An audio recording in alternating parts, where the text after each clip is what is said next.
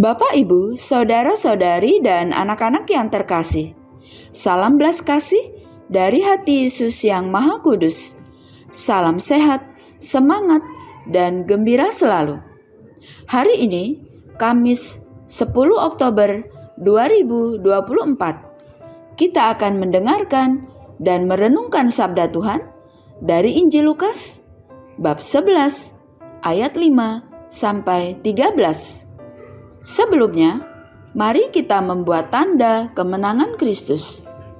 Dalam nama Bapa dan Putra dan Roh Kudus. Amin. Pada waktu itu, sesudah mengajar para murid berdoa, Yesus bersabda kepada mereka, "Jika di antara kalian ada yang di tengah malam pergi ke rumah seorang sahabat dan berkata kepadanya, 'Saudara, pinjamilah aku 3 buah roti, sebab seorang sahabatku dalam perjalanan singgah di rumahku, dan aku tidak mempunyai apa-apa untuk dihidangkan kepadanya.' Masakan ia di dalam rumah itu akan menjawab, 'Jangan mengganggu aku, pintu sudah tertutup, dan aku serta anak-anakku sudah tidur. Aku tidak dapat bangun dan memberikannya kepadamu.' Aku berkata kepadamu, sekalipun dia tidak mau bangun dan tidak mau memberikan sesuatu, meskipun ia itu sahabatnya, namun karena sikap sahabatnya yang tidak malu-malu itu, pasti ia akan bangun dan memberikan apa yang dia perlukan. Oleh karena itu, aku berkata kepadamu, mintalah, maka kamu akan diberi. Carilah, maka kamu akan mendapat.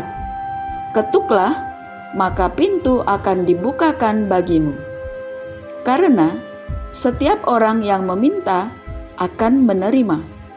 Setiap orang yang mencari akan mendapat. Dan setiap orang yang mengetuk akan dibukakan pintu. Bapa manakah di antara kalian yang memberi anaknya sebuah batu kalau anak itu minta roti? Atau seekor ular kalau anaknya minta ikan? Atau kalajengking kalau yang diminta telur? Jika kalian yang jahat tahu memberikan yang baik kepada anakmu, betapa pula Bapamu yang di surga, Ia akan memberikan Roh Kudus kepada siapapun yang meminta kepadanya." Demikianlah sabda Tuhan. Terpujilah Kristus. Bapak, Ibu, saudara-saudari, dan anak-anak yang terkasih, pesan perumpamaan yang diceritakan Yesus pada hari ini mengenai doa sudah amat jelas. Perumpamaan akan lebih menarik kalau kita memahami latar belakangnya. Pertama, mengapa sahabat itu datang pada tengah malam? Alasannya sederhana, yakni untuk menghindarkan terik matahari. Orang mengadakan perjalanan jauh mulai sore hingga malam hari. Mengapa tuan rumah itu pergi ke sahabatnya dan minta pinjam roti? Alasannya juga sederhana. Roti yang dimasak oleh keluarga biasanya dicukupkan untuk sehari dan habis pada hari itu, karena kalau disimpan, roti akan menjadi keras dan tidak bisa dimakan lagi. Mengapa tuan rumah yang kedatangan sahabat itu terus mengetuk seolah memaksa sahabatnya untuk meminjamkan roti? Itulah adat istiadat atau watak ketimuran pada waktu itu. Tamu mesti diterima, tidak hanya seadanya, tetapi mesti dijamu secara istimewa. Dan mengapa kisah ini menjadi dramatis? Adalah kebiasaan di tempat itu bahwa pintu rumah sepanjang hari dibiarkan terbuka. Kalau pintu ditutup, itu berarti yang punya rumah sungguh tidak mau diganggu lagi.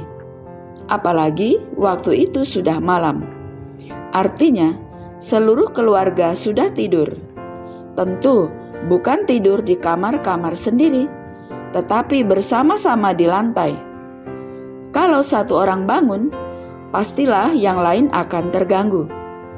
Akhirnya, orang yang rumahnya diketuk itu diandaikan membuka pintu dan memberikan yang diminta oleh sahabatnya. Perumpamaan ini tidak mengajarkan kepada kita agar kita terus mengetuk seperti orang yang meminjam roti itu dan dengan demikian memaksa Allah untuk mengabulkan doa kita yang tidak sesuai dengan kehendaknya. Yang mau ditekankan melalui perumpamaan ini adalah belas kasih Allah yang tanpa batas, tidak melalui kesesuaian yang biasanya menjadi pesan perumpamaan, tetapi melalui kontras. Yang mau menegaskan kalau seorang tuan rumah akhirnya terpaksa memberikan apa yang diminta oleh sahabatnya yang tidak tahu malu. Apalagi Bapamu di surga yang penuh kasih akan mencukupkan keperluan anak-anaknya. Kata-kata Yesus juga amat jelas. Jika kamu yang jahat tahu memberi pemberian yang baik kepada anak-anakmu, apalagi Bapamu yang di surga. Perumpamaan ini mengajak kita untuk berdoa dengan penuh kepercayaan dan kesungguhan. Kesungguhan itu terungkap misalnya dalam doa novena yang 9 kali berturut-turut. Kekuatan doa itu tidak pada angka 9, tetapi pada ketekunan dan kesungguhan. Jawaban Allah untuk doa-doa mungkin saja tidak sesuai dengan yang kita harapkan. Juga kalau rasanya Allah tidak mengabulkan doa kita, kita tetap percaya dan yakin bahwa Allah menghendaki yang terbaik untuk kita. Itulah sebabnya doa permohonan biasanya diakhiri dengan ucapan, "Jadilah kehendak-Mu, bukan kehendak-Ku." Mari kita mohon berkat Tuhan agar Tuhan memampukan kita percaya dan mengandalkan Allah dalam setiap doa-doa kita. Amin. Dalam nama Bapa dan Putra dan Roh Kudus. Amin. Terima kasih. Selamat beraktivitas hari ini. Tuhan memberkati kita semua. Amin.